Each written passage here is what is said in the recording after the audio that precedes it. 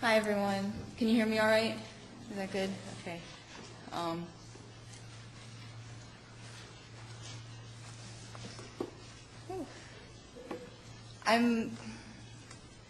I was sitting listening to everyone, and one of the things that came to mind immediately was how we're all here to alleviate the suffering of other people and ourselves. And I think that that's something that, with all the discussion of, the programs and the systems and the this and the that, and sometimes I get very frustrated with myself because I feel like I can't do enough or I'm not where I want to be. And one of my friends recently, I was talking about like coming here to this talk and being nervous and feeling like I just wasn't going to be able to pull it together. And she said, like, imagine, I'm a Buddhist, and she said, imagine like the deity of compassion arising in you because you are generating for other people hope and compassion, and that, I think, more than anything else, is what we have the capacity to give to people who suffer from this disorder.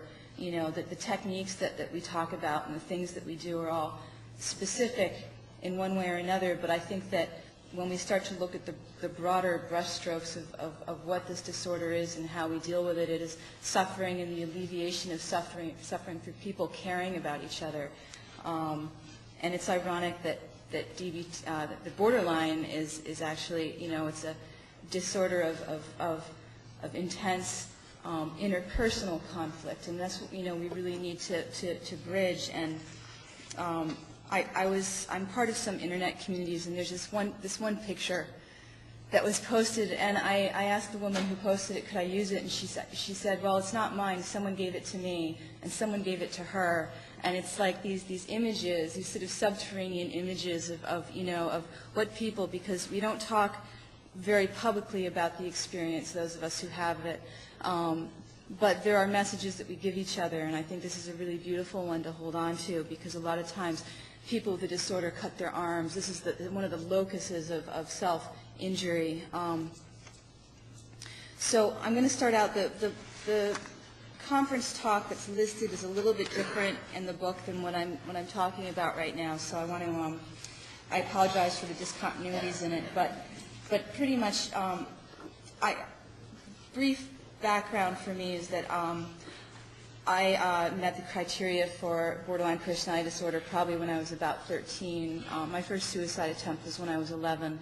I was abusing drugs by the time I was 12, 13, pretty significantly, self-harming by 14, 15, seeing therapists, getting all different kinds of diagnoses, dropped out of high school, ran away from home, ended up in mental hospitals, have a history of pulling it together periodically and then completely spinning out of control and collapsing, much to the confusion of everyone in my life who believes that I am totally capable and competent if only I could, ... get the right job, find the right relationship, have the right inner resources, whatever it is. But it became apparent when I was in my 30s and I was really, had tried, I'd been sober for 10 years through AA and NA. I had done every single type of therapy I could imagine. I'd been diagnosed with everything that one could possibly be diagnosed with except BPD. When the diagnosis was given to me, and I don't know where you are, Amanda, I love what you said. It was like, this light shining down saying, this is what you're dealing with. And it was the concreteness and the objectivity of it that made it suddenly appear that I was not a failure, a loser, totally beyond hope, that there were other people who experienced this and that there were ways of articulating it and dealing with it. And to me that was, it was not, the stamp of BPD was not, oh, you're doomed now. It was actually, oh, there's hope now. And that's something that I think is really important to stress, because a lot of times I think clinicians are so terrified of revealing the disorder. But the clinician who revealed it to me said that when you get better, you won't need the diagnosis anymore, that you have these core experiences inside of you that are, you're a very passionate person, you're very intense, you're very relational, you love people. He said all that stuff has been turned against you, the energy has been turned against you. When it is healed, you will be able to use that energy in other ways, and I really feel like that has happened to me. So I entered a DBT program, and from there I entered an advanced DBT program where we used some other models besides just skills that I will describe later. But what came about from my journey into recovering from BPD was that the word recovery did not exist in the BPD community. There was no sense that there were people who were recovering. I felt like I was pretty much alone, and I started this organization, Middle Path, to try to connect with other people who had the disorder. And what I found is that almost everyone that contacted me was in desperate need of treatment. They were not in need of peer support. They were not in need of, someone to kind of sit down and hang out with them and like bond on a peer level.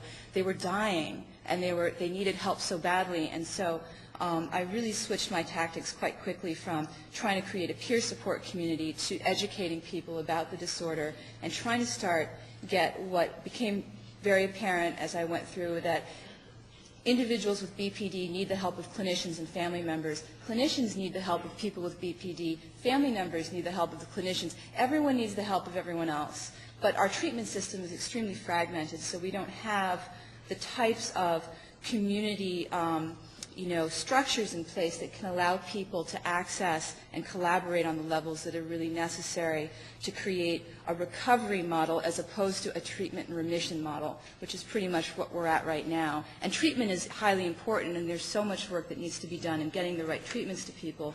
But what I'm seeing is that there's a lot of people who've got treatment and now are in holding patterns and are starting to slip back into despair because they can't make it to that next step. And that next step is what I'm going to be talking about in a few minutes. There's the need for the BPD. This picture, I think, says it all. Is an individual with borderline personality disorder has the fundamental core experience of being alone, of being helpless, of being incompetent, of being faulty, of not being able to get help from other people or having other people help them in ways that are ultimately in some way damaging. So to have this disorder and then start on this journey of recovery without any sense of who's been there before you, where you can get camaraderie, where you can get support, is in many ways, there's a term that's been coming out, the iatrogenic experience of that the treatment can actually in some ways reactivate a lot of the symptoms. And so I have the experience of leaving a treatment community and having nothing else to go to and feeling cast out and alone, and then wondering, how do I tell people in my world, I'm a single woman, how do I tell the people I date about having borderline personality disorder? How do I, understand what the next stages of the journey are if there's no one who's articulating it? So this is a very important need, and there's a lot of challenges to that besides our fragmented and incomplete treatment systems. There's the lack of language to describe this process. There's invisibility of those who are in recovery, and the researchers focus on remission. And so some questions that I consistently ask are, where are the people who have gotten better? I think we all need to ask this. I mean, I am so glad to see Amanda here and to meet other people. People are starting to come up to the surface now, but where are they? And, I've noticed that people who have BPD and recover from it generally don't want to identify themselves with the disorder after they recover. And that's a really, really tragic thing for this community. If people who are cancer survivors cannot say, I've survived and so can you, the people who are in the process of experiencing cancer, how do they know they're going to get better? And this is something that every researcher, clinician, family member, person with the disorder is going to eventually say, who else has gotten better? How can I find them? How can I know that everything you're telling me, isn't just like you trying to keep a job? Like if we were going to buy a product, we would want to see what the product is. Like I would love to meet every single person, for every diagnosis, every treatment, I would like to meet a committee of people who have been through that treatment and what they're like 5 years from now, 10 years from now, or 2 years, and see what their challenges are. These are things that we need to know because I've been, I was in treatment when I was 31 and 32. End of 33, I stopped. I'm 38 now. I took up Tibetan Buddhism, yoga, a lot of things, but I struggle on a daily basis, and I want to know what who is struggling with me and how they are struggling, and what processes did people go through to get better? Can it be generalized? What are their lives like now? What has been resolved and what continues to be problematic? Which treatments offer patients and families a full view of the recovery process? This is very critical. Which treatments offer hope and lived examples of recovery? I find DBT to be the treatment where I've met many people who are in the recovery process, and Marcia Linehan, which I will show in a little bit, does have a model in place which she actually doesn't claim that DBT brings people through all stages of recovery, but she does explore the recovery process, as does Dr. Herman. There's a difference between remission and recovery, and I was at a conference a number of years ago. It was the NEA.BPD conference, and it was myself and a woman named Debbie Coates, and we were both sort of very excited to be presenting, and there was a presentation about this new remission research that had come out, and we were listening to it, and we kept sort of like nudging each other and going, well, what does remission mean? And we couldn't understand what it meant. And finally, we were reading the things, and she stuck up her hand, and she said, it was like either Dr. Zanarini or Dr. Gunderson. She said, well, what is remission? How can you tell what remission is? And finally, she said, well, it means, that you only meet a few of the diagnostic criteria, not all 5. And we went, oh. It's like, so I can still be chronically suicidal, I can still be self-harming, and I can still, not maintain a relationship, but I'm in remission. That's great. I love it. And let's just say, it is so important that we have this vision that we can get better, and we are doing the research to show it, but remission does not necessarily signify a better quality of life. And that better quality of life for someone with BPD is an incredible challenge on numerous levels. We're not, the things that create a better quality of life are the very things that trigger our symptoms again. It's a cyclical experience, and I've seen it in myself and other people. The Zanarini paper actually also mentions, and this is in clinical speak, and I'm not a clinician, so it's harder for me to kind of parse this, but she said that in this paper, the subsyndronal phenomenology of BPD, which basically means after the remitted aspects, what is still a problem? And the problems, all right, so apparently impulsivity, self-mutilation, suicide efforts, and active attempts to manage interpersonal difficulties, problems with demandingness and entitlement, and serious treatment regressions seem to resolve most quickly. Now, this actually goes hand in hand with Marcia Linehan's DBT stage 1, where in stage 1 you're able to help people stay out of hospitals and not self-harm and reduce suicide attempts. So that seems to be the thing across the board that remits. But the least resolved, in contrast, are affective symptoms reflecting areas of chronic dysphoria, anger, loneliness, emptiness, interpersonal symptoms reflecting abandonment and dependency issues, intolerance of aloneness, counterdependency problems. Those seem to be most stable. And when I sort of translate that in my own mind, it really means is that we've stopped hurting ourselves, but we don't really know how to survive. We don't know how to connect. We don't feel good about ourselves. We don't know how to be a part of life and really thrive in it yet. And I'll discuss a little bit about resiliency later on. But these are things that if you even just take away the criteria of BPD, there are core sort of experiences of people who have the disorder that I think need to be addressed in a recovery model that maybe not a research and remission model can't address. Remission generally doesn't talk about quality of life as subjectively defined. We tend to look at what, sort of how we take symptoms away, and then that means that person is better, instead of asking the people who are suffering what it is they want and how they want to get better. And this is a shift that is happening now in the psychiatric community in combination with the consumer movement, and really sort of taking things now on more on a person-to-person basis and really asking people, what is it you want to do with your life? What are the things that you are struggling with? How can we help you achieve them? Very much like Dale was talking about with Bill Anthony's work with vocational placement. That they don't say, we're going to set you up here and this is how you're going to do it. They ask the people who need the vocation, what do you want to do? And then they place them and they help them in the placement. Self-esteem and self-concept, which seems to be like a tremendous area of pain and struggle for people. You can maybe have some lessening of symptoms, but there's still no measure of how much self-hatred there is. I mean, when I started out, I felt like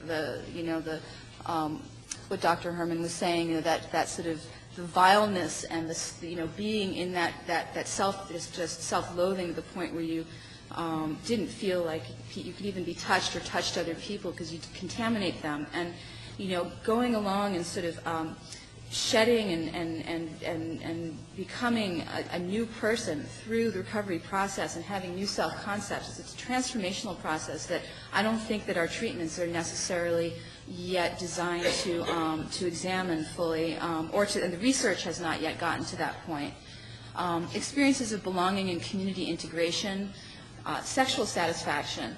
This is something like no one wants to talk about, but as a person with BPD, most people I know with BPD, one of our best qualities is that it's not that we love sex, it's that we love connection. We love to be connected to people. We love the merging experience, whether that has to do, whether it's sexually or whether it's, it's relationally. And a lot of times what happens is the medications were given and the treatments were given, and the sort of like, we end up losing that aspect of ourselves. And so you get a situation that has come up over and over again for me where I'm on a medication that prevents me from having any kind of sexual response. I am desperate to have a relationship with someone. I will go into a relationship with someone. I will try to cultivate intimacy. I find I cannot function sexually, and yet I want the relationship. I compromise myself, and I am actually re-traumatizing myself because I'm in a sexual situation where I cannot feel anything.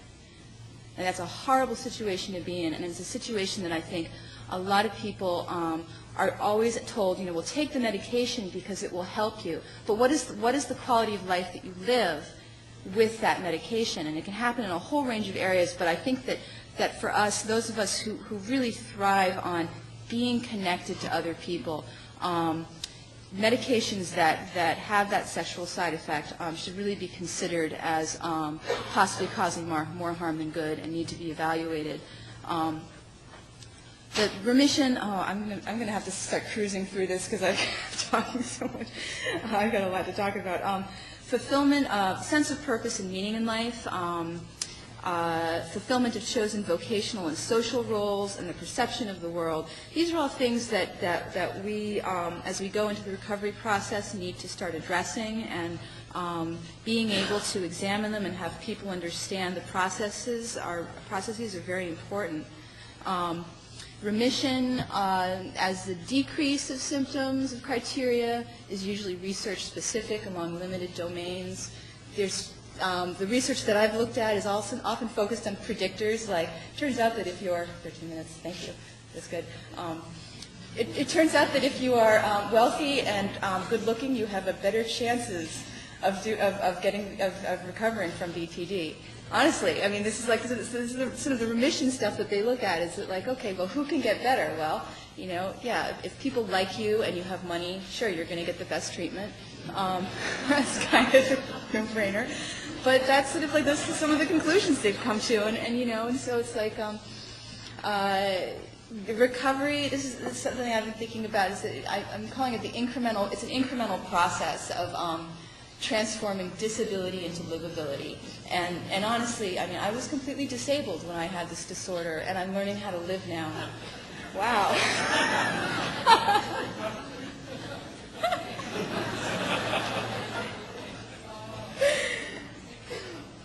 I guess I wonder what's going to happen with the next slide. All right. Spotlight. So I came up with this recovery vision, and this is the sort of thing that anyone in recovery from BPD should be writing something like this for themselves, I believe, and I think that we as a community should do it. Now, and I cried when I wrote this because it's something that I thought about, but we need to believe that we can recover. And we believe that it is possible to live with, manage, and transform the symptoms of borderline personality disorder. And when I say that, it's not like we're going to get rid of the disorder. I mean, the person who has a disorder is a person. You know, impulsivity is not like something you just rip out of you, and now I'm not impulsive, you know. We're transforming ourselves, and we're managing, and we're, you know, the symptoms, when you take away the symptoms, you have actually a lot of other great things happening that were maybe based on the symptoms. So we have the ability to fully participate in life and to fulfill our greatest potential, despite the obstacles and pain this disorder inevitably brings. We recognize that BPD recovery is a process that can take many years. It requires a full range of supports and the enduring belief by others that we can and do get better.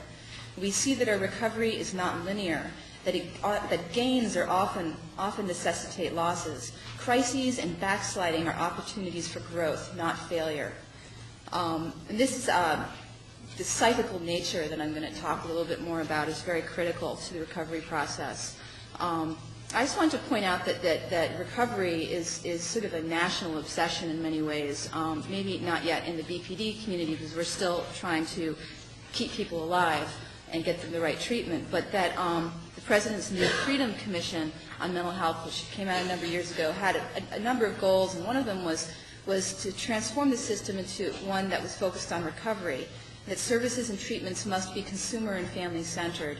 Care must focus on increasing consumers' ability to successfully cope with life's challenges, on facilitating recovery, and on building resilience, not just managing symptoms. I see this as the direction that we're taking too.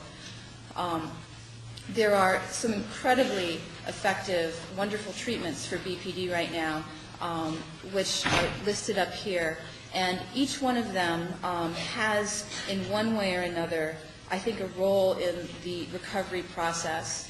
And what's becoming more clear as research goes on is that some people do well in one treatment and some people do well in another treatment, and that we, when we start to build a community of awareness and resources and really collaborate, are eventually going to come up with a menu as opposed to a template, in that this menu is going to look at how people experience themselves in their lives and their challenges and their symptoms, and then ask them, does this look good? What about this? But what that means also, too, is taking all of these treatments and making them understandable to the people who are receiving them, and to stop creating this language of the therapist and the researcher and the clinician, and then the person who's receiving the treatment sort of blindly going through the steps as though they're a piece of broken furniture that needs to be fixed. This is not what, you know, getting treatment is. It's being aware of what you're doing every step of the way, and you're collaboratively working with the people who are helping you. So I have a little bit more trouble with things like mentalization and transference-focused psychotherapy, which tends to be very densely written for the clinical person. I mean, I still haven't gotten through either of the books, although DBT can also be quite dense. But in each of these treatments, there is a trajectory of recovery, not necessarily fully articulated, but it's there. And the stages of recovery from BPD that Marsha Linehan sets up, which she's 4 stages, and what I've done is I've broken them down even a little bit further into what I consider to be the way that they play out, which is, of course, stage 1, which is the behavioral control. And I think most treatments now are, at this point, focusing on that. They really, you know, you have to save a person's life. You have to get them safe. You have to make sure that they're going to be okay before they can start doing anything with dealing with their emotions and their thoughts. And stage 2, which DBD, I think, is starting to become more focused on with exposure therapy and some treatments involving shame, goes more into working with things of the past, really sort of chronic, reactive, entrenched behaviors that come from previous traumas. Stage 3, problems in everyday living, is now, when you get to like 2, 3, and 4, everything's all wrapped up. It's, you know, it's not like you go from one to the other and the other. It's not steps like that exactly. But they do kind of build on themselves because as you get to the point where you can like stop freaking out on everyone all the time, you can start to like show up for life a little bit more and kind of interact with people. And so at that point, you're still dealing with all your triggers and all the things that make you want to, you know, like totally just go off the wall. But you have the skills from stage one, and you've got the supports, and you're starting to process stuff, and then you start to take risks and go out into the world. Now, the fourth stage, incompleteness, meaning in a sense that at that stage you're starting to really work on who you are and your connections to the world and really becoming an evolved person. You leave, in my opinion, you leave the diagnosis behind. That's not to say you don't identify with it, but you stop saying, I have BPD. And that's happened to me fairly recently. I now say, I'm in recovery from BPD. You know, and there's a sort of and I get very upset when people refer to anyone as a borderline, because what that does is it keeps them in their illness, ultimately. It keeps them identified with their illness, and the illness is so stigmatized that it just reactivates the whole sense of shame that you're trying to alleviate from them in the beginning. So don't do it. Just like, you know, there's just, I mean, the first thing you can do is change the language, and I've gotten into fights with people about it because I just get very, very frustrated. And I see a lot of change, you know, clinicians are very, very willing to change your language, but it is entrenched in many ways. So DBT does not address all these stages, but I think that it's a good framework, and I think that Judith Herman's stages of recovery are really connect back with that, which is, oh, I got a cruise here, okay. Safety, establishing safety, remembrance and mourning, and reconnection. And I'm not going to go into these right now, but they do come up later in a few minutes, which is that when we look at the way that people get better, the treatment triage is basically, you've got to get people safe, right? So you're doing the behavioral interventions. You start to work with their emotions and their thoughts, and that can involve a lot of cognitive behavior therapy or schema therapy. And interspersed with that, or sort of interwoven with it, is the interpersonal dynamics, which can be psychodynamic or working with supports. And then really at that point, you're starting to touch on the meaning, how the person feels about themselves and their world, and trying to make connections again with that reconnective experience. So I've been working with a wonderful treatment community based in Philadelphia, actually outside of Philadelphia in Pennsylvania, called Project Transition. And they've invited me to come and train their staff, even their bus drivers, about BPD. We've had some wonderful filming projects where we have gotten people at different stages. They're a long-term residential therapeutic community, so they have the ability, unlike a lot of other people, to walk people through all stages of the process, from people who really are not safe at all to actually being integrated into the community again. And from that work, we've talked about mapping out BPD recovery as a journey and starting to normalize the language for clinicians, family members, and consumers, and possibly even take that sort of this journey concept and integrate it in some way into the treatment process. But the three main areas that I want to just touch on are survival, emergence, and integration. And survival is pretty much what happens when you're living with the disorder, and this is the experience that everyone who is in contact with the person experiences. It's not just the person themselves. It's surviving in a war zone is the way I see it. And you feel constantly under attack and unsafe. And I think people at this point we know very clearly now what the experience of BPD is. I won't go too fully into this, but the treatment is that stage one, establishing safety, as Judith Herman says, or Marsh Linehan with stage one behavioral interventions. And treatment is generally focused on that. But at a certain point, I have so little time to do this now, but it's the birth of recovery. And the birth of recovery is once the establishment of safe alliances have happened, then a little bit of hope happens, and a little bit of mastery comes in, and you realize that you can take the bus for the first time without totally losing your mind because you want to, hit people, or someone says something that rubs you the wrong way, and you don't run to the bathroom and cry. These small things start to build up, and with that comes a whole new level of the journey, which is that you start to develop a self-awareness and an experience of yourself as a person who has feelings and thoughts that is not being completely, you're not like a marionette driven by all the crap that's going on all the time. You become present and are able to observe it through mindfulness practices, and you start to, especially through when you start getting into psychodynamic work, cognitive work, you start to realize that your thoughts and your perceptions and the attributions that you give to situations will perpetuate a lot of the things that you're struggling with. And that you start to dismantle these things. You start to have this what mentalization does is you look and you wonder, well, what is the other person experiencing and what can their perspective be? And things become less entrenched and black and white, and so everything opens up. And in that same recovery process, you start to really look at what is going on with the things that have happened to you in the past, whether they have been horribly abusive and you were locked in a room, or whether your mother just never paid attention to you when you needed it. All of the full spectrum of what it means to be hurt on an emotional level and not taken care of and gotten your needs met, and how is it now that you're still playing these things out in real time.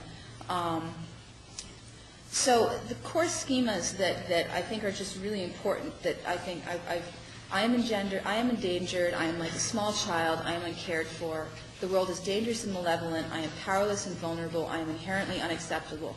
These are the things to me that have really made the transitional process, that after I got my emotions under control, I had to start looking at how I experienced myself in the world.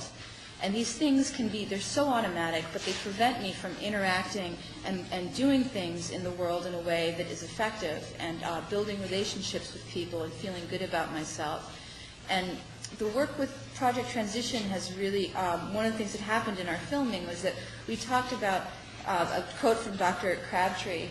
2 minutes, great, okay. Challenge, he said that challenge, I'm like, oh, I can never, all right, let me start speed talking. That challenges that happen in the wake of gains, that every time we take a risk, we do something, we go on a date, we open, our mail for the first time in 6 months, we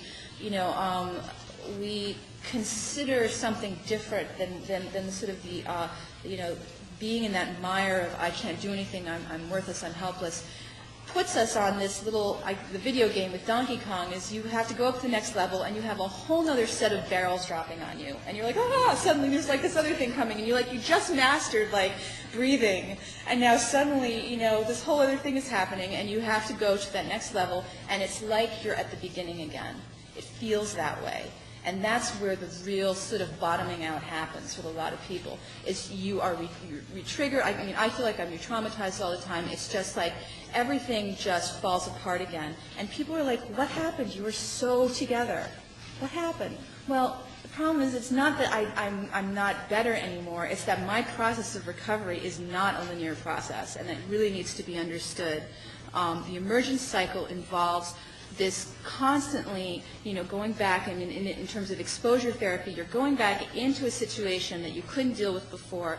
You're going to get triggered and destabilized, and then you need all those supports and structures in place to help you process it and get through it. Without those structures and supports, you're going to fall again probably. And the problem with this middle state of not being critical crisis material in a program is that you leave the program and then you have these challenges, and your family and everyone around you goes, what the hell happened? Because you're not in a system that is holding you all the way through. This is not like a 6-month or a year process. It's a 5-year process, maybe a 10-year process. And I've been very lucky that I've been able to I got a receptionist position with a woman who's raised 3 children successfully, and she is like my mother at work. 1 minute, all right. So I don't know how I'm going to do this. You guys are, so the aspects of emergence, there's a lot of stuff that goes on, a lot of grieving, we call the devastated village, grieving and repairing, dwelling in the intermediate realm between illness and wellness, progress that involves the loss of community and supports. How do we deal with that as people who are so vulnerable? There's all these different areas that you can see, and these actually you don't really need to go through, because there's the questions of how do I deal with stuff now that I'm a little bit better. Closeness and physicality can be triggering. Meeting someone brings up fears of abandonment. So all this, I could go on forever with this stuff. So living with BPD means encountering a new set of dialectics, a disorder that involves one's sense of self, but a sense of self that is not defined by the disorder. We're always trying to balance that out. I have BPD, but I am not the disorder. I'm recovering from BPD, but I'm not defined by it. Living with BPD means experiencing vulnerabilities that interfere with living. These vulnerabilities are so core. Oh, it's just like wounds everywhere. But you have to manage your life to compensate for those vulnerabilities. You can't just escape life anymore. I have problems, but I'm not helpless to deal with them. Developing relationships and pursuing goals that make us symptomatic. I'm telling you, I do online dating. Can you imagine when people Google me?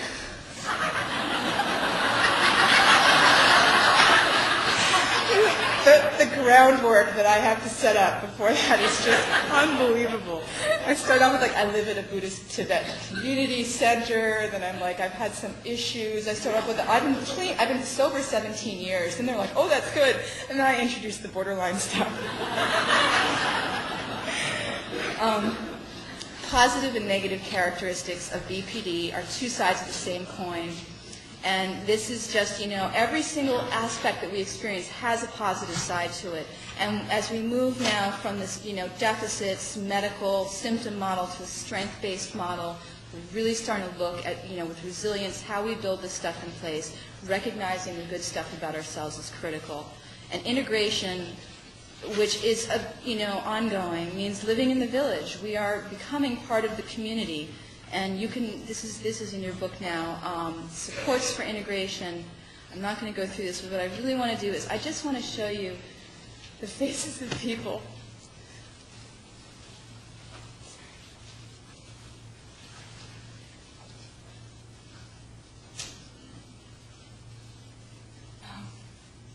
So I wanted to do a slideshow of people in recovery, and I sent out thousands of emails, and I was hoping, well, I wanted to get 200 people. But I got about 15 people to give me their pictures, and these are all people who are in recovery.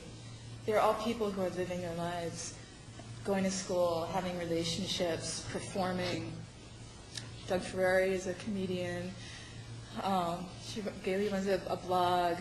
A number of these people are from the Florida Borderline Personality Disorder Association. She was in the filming project with me. One woman says she wanted to show a picture of herself as a baby. These are people who have touched my lives and who I literally hold on to in my mind to know that I'm not alone. And I hope that as time goes on, we can have more of us sharing together in this way. Thank you.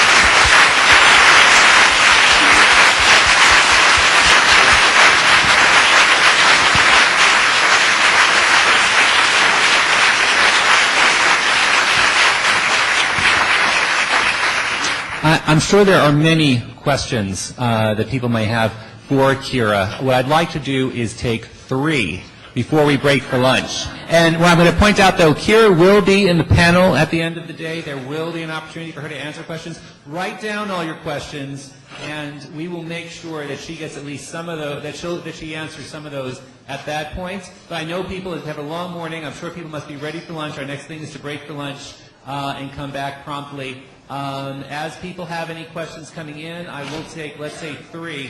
I want to, again, remind people about the lunch options. Also, make sure, again, the CE, to make sure that you're registered for getting your CEs, that you sign in and sign out, that you do your evaluations, all those things. Any questions? If you have to jot down anything? No? I see someone raising a hand. Yes, please say your question. Yes. I agree. Thank you. I think this is the third year that I've had Kira here in one capacity or another. So I could talk to her about next year. I'd be very happy to, and I agree that much more time would be better. And I've heard Kira present on a variety of topics. And again, I agree. So yes, any question? Creative writing. One more question on top. Anyone?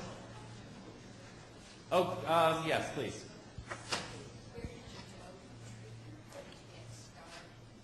Where did you go for treatment? How did you get started?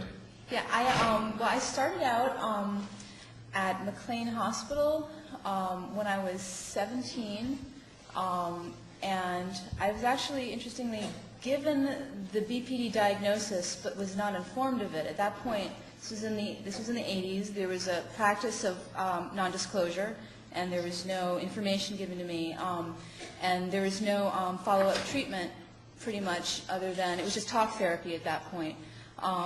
And I've had, I think, maybe 15 therapists in my life, and bounced around from different diagnosis. But what really happened is that I eventually went back to McLean when I was 31 and couldn't keep a job, and I was at that point on disability, and received the diagnosis there and went into a DBT program.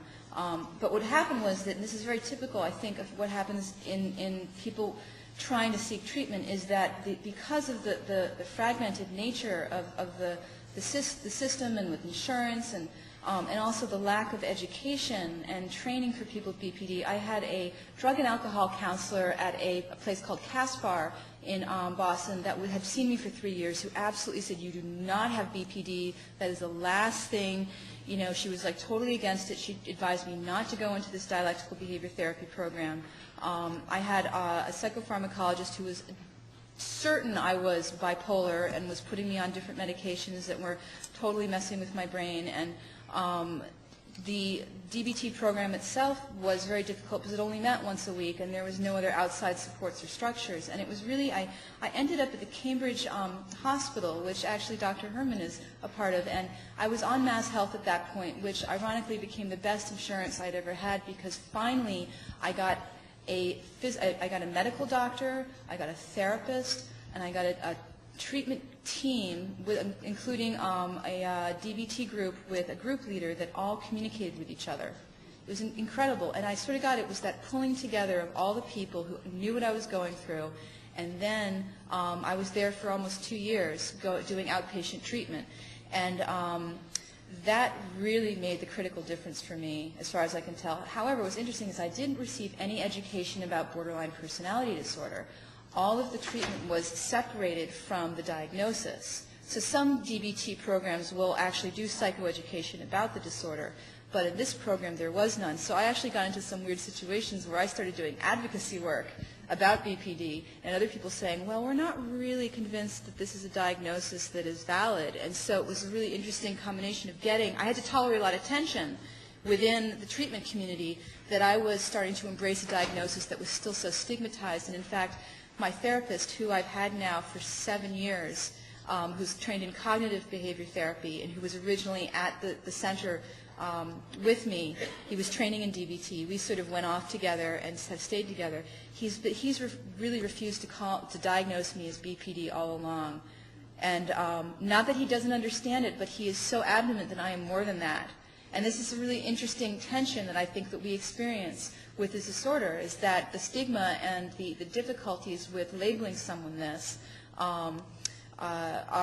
can, for another person, can really prevent them from receiving treatment. Someone else, like myself, loved the diagnosis, thank God.